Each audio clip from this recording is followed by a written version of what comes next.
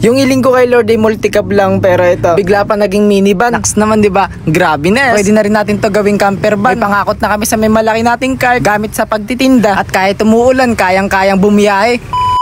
At bago nga pala ang lahat guys, ito nga pala yung araw na wala kaming tinda at kasagsagan ng bagyong Nika. Bali na itong Martes lang pala to. Dahil nga sa wala kaming tinda ngayong araw guys, at may nakikipag-shop nga pala sa ating NMAX. Bali ang sinusop nga pala sa may NMAX natin, multicab talaga. Black na multicab. Kaso nga guys, pagkapunta ko rito, ito natanong ko nga pala itong minivan nila. Tapos kasama ko nga pala yung tropa natin si Carl Andre. Si Carl Andre nga pala pagkadating sa mga makina, sa mga sasakyan, alam na alam niya yan. Yung ano tinesting niya, naganda niya talaga yung makina. Isa nga rin sa nagustuhan ko rito guys, ito nga palang carrier niya rito sa taas. Tapos napakatibay pa ito nga, medyo umatalon-talon na ako dyan, pero ito kayang-kaya talaga. Pangarap ko rin talaga magkaroon ng ganitong minivan. Kahit minivan siya guys, napakaluwang pa rin ang loob niya, napakarami pwedeng mailagay at marami rin pwedeng maisakay. Then ayun guys, nag-deal na kami. Yung NMAX ko, shop nga pala sa may minivan nila. Tapos nag-add cash na lang ako. Binigay na nga rin pala nila sa akin tong ikakabit dito sa likod. Ito yung pagkakabitan ng hook. Dahil ito na ang magiging tagahatak natin sa pinakamalaki nating cart na si Supercart. Na hanggang ngayon naghanap pa rin ako kung saan natin pwedeng ilagay si Supercart. Naghanap pa rin ako ngayon kung saan natin siya pwedeng ipesto. Paalam na muna tayo dito sa ating NMAX guys. Unexpected nga, akala ko uwi kami na naka-multicab. Ngayon pala uwi kami na naka-minivan. Grabe talaga si Lord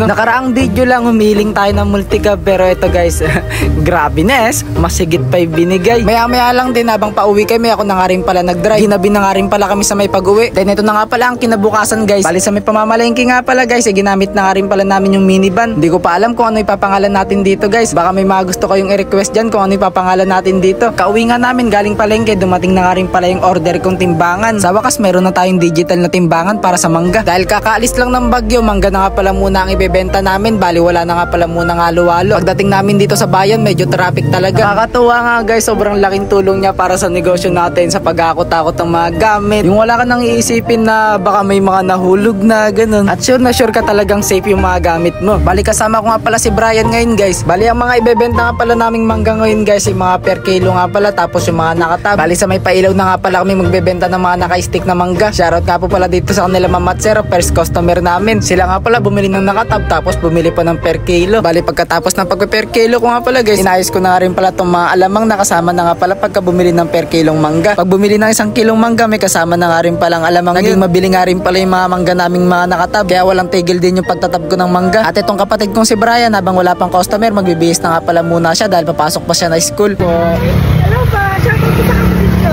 bunso namin, Desiree Santos, Kalabalabaan.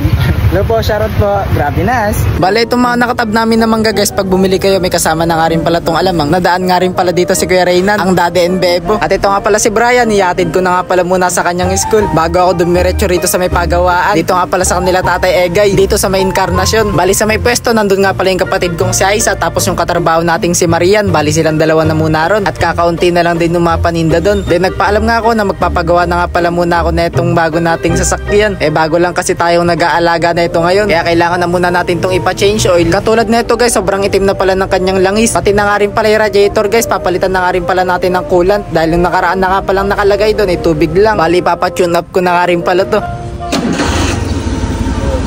Easy Oo nga, hindi ka lang sumampa, i-start mo na lang, maninibago ka. Basta't ka na lang po talaga, maintenance. Oo.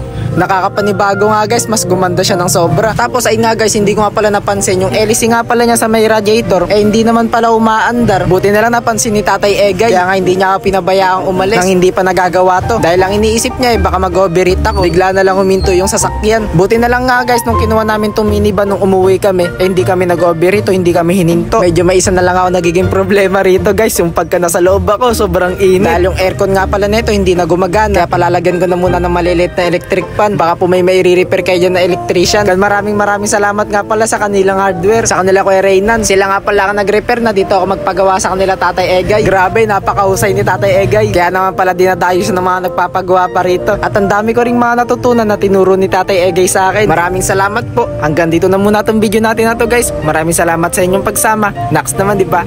Grabe nes. Thank you Lord.